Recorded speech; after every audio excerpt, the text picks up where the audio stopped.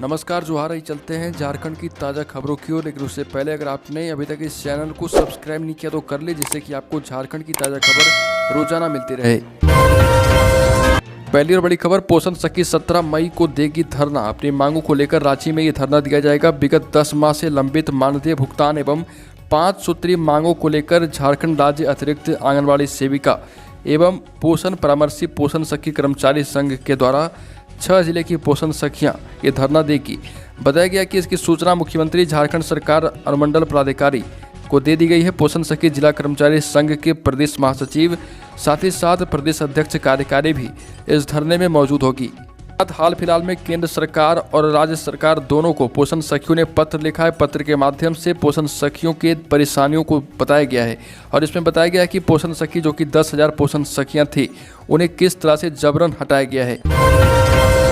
खबर, झारखंड की राजधानी रांची जिले में 11वीं कक्षा की बोर्ड परीक्षा शांतिपूर्ण माहौल में शुरू हो चुकी है और कॉमर्स की ऑप्शन पेपर की परीक्षा हुई, जिसमें कुल 56 परीक्षा केंद्रों पर 42,455 छात्र छात्राओं ने परीक्षा दी। वहीं दूसरी पाली में आर्ट्स की इलेक्टिव लैंग्वेज की परीक्षा हुई है और जिले के सभी प्रखंडों में 276 परीक्षा केंद्रों पर 39,894 बच्चे इस परीक्षा में शामिल हुए। अगली खबर, झारखंड पंचायत चुनाव को लेकर 12 से 15 मई तक रहेगा ड्राई डे। रांची में 14 मई को होगा चुनाव। झारखंड त्रिस्तरीय पंचायत चुनाव में प्रथम चरण के लिए कुल 888 प्रत्याशी चुनाव मैदान में हैं। 14 मई को जिला के 4 प्रखंड में चुनाव होना है। प्रथम चरण के लिए कुल 1398 अभ्यर्थियों ने नामांकन दाखिल किया था, जिसमें से 54 अभ्यर्थियों का नामांकन अस्वीकृत किया गया है। अगली खबर, रुपेश पांडे हत्याकांड मामले में हाईकोर्ट का बड़ा सवाल। झारखंड सरकार से पूछा कि क्यों न इस मामले की जांच सीबीआई से करवाई जाए। हाईकोर्ट ने सरकार से पूछा है कि क्यों नहीं रुपेश पांडे हत्याकांड की जांच सीबीआई को सौंपी जाए।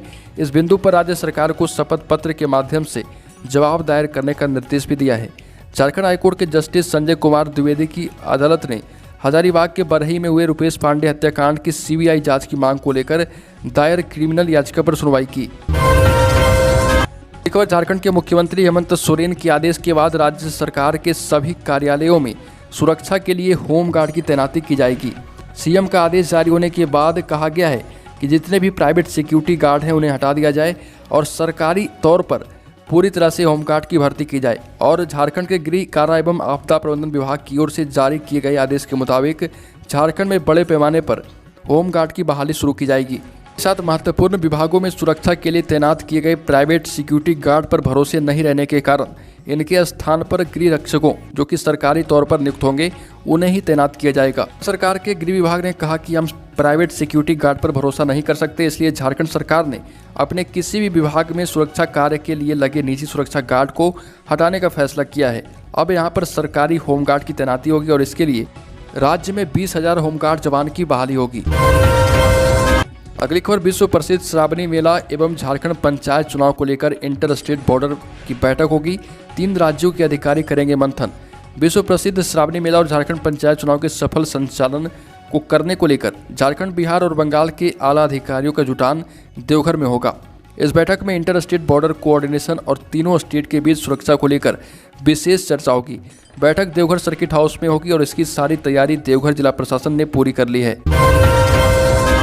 अगली खबर, झारखंड पंचायत चुनाव के प्रथम चरण में 558 दरोगा और एएसआई संभालेंगे मोर्चा। रांची एसएसपी ने दिए निर्देश। आपको बता दें कि राजधानी के विभिन्न थानों में नियुक्त टाइगर मोबाइल से 558 सब इंस्पेक्टर और एएसआई की ड्यूटी पंचायत चुनाव में लगाई जाएगी। इससे संबंधित आदेश एसएसपी सुरेंद्र कुमार झा ने जारी किया है। एसएसपी ने सभी को 11 मई तक पुलिस लाइन में योगदान देने को कहा ताकि उन्हें चुनाव की ड्यूटी में भेजा जा सके। पुलिस अधिकारियों के अनुसार चुनाव के कारण विशेष परिस्थिति को छोड़ दें तो पूर्व में पुलिस मुख्यालय में सभी पुलिसकर्मियों की छुट्टी रद्द कर दी गई थी। खबर, हेमंत सोरेन पर आ सकता है चुनाव आयोग का बड़ा फैसला। झारखंड का माहौल गर्म हो चुका है। झारखंड के मुख्यमंत्री हेमंत सोरेन पर संभावित कार्रवाई को लेकर अब सबकी निगाहें चुनाव आयोग पर टिकी है।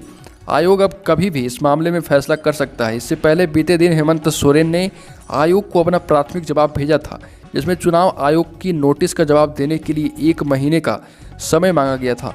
हेमंत सरकार ने भारत निर्वाचन आयोग को भेजे गए जवाब में कहा कि उनकी मां रूपी सोरेन की गंभीर बीमारी के इलाज में व्यस्तता का हवाला देते हुए ये कहा गया कि वो लगातार हैदराबाद में रहने के चलते आयोग के नोटिस का अध्ययन नहीं कर पा रहे और इसलिए उन्हें 1 महीने का समय दिया जाए।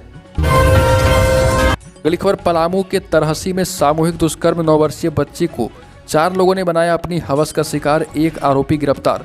पलामू के तरहसी में सामूहिक दुष्कर्म का मामला सामने आया है। 4 लोग लकड़ी की सीढ़ी के सहारे घर में घुसे और 9 साल की एक नाबालिग बच्ची से दुष्कर्म किया। घटना के समय लड़की अपने घर में अकेली थी। मामला तरहसी थाना का है। पुलिस ने इस मामले में 1 आरोपी को गिरफ्तार किया है। जानकारी के अनुसार 7 मई की ये घटना बताई जाती है, लेकिन अब जाकर इस मामले में शिकायत दर्ज करवाई गई।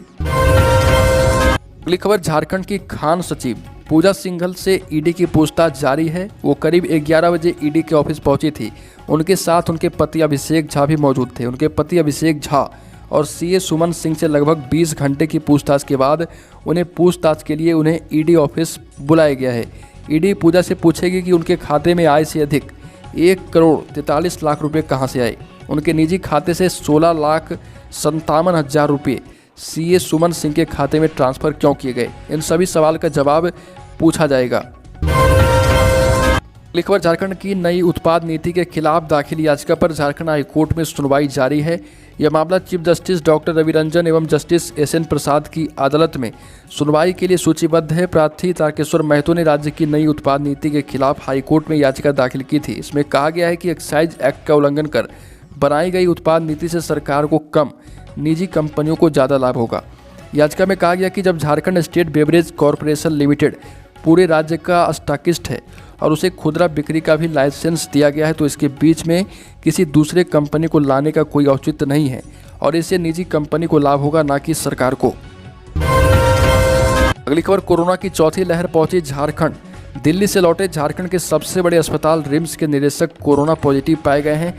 देश भर की कोरोना की चौथी लहर आने के प्रबल संकेतों के बीच राष्ट्रीय राजधानी दिल्ली में लगातार कोरोना संक्रमितों की संख्या बढ़ती जा रही है। इस बीच दिल्ली से रांची लौटे झारखंड के सबसे बड़े अस्पताल रिम्स के डायरेक्टर कोरोना पॉजिटिव पाए गए।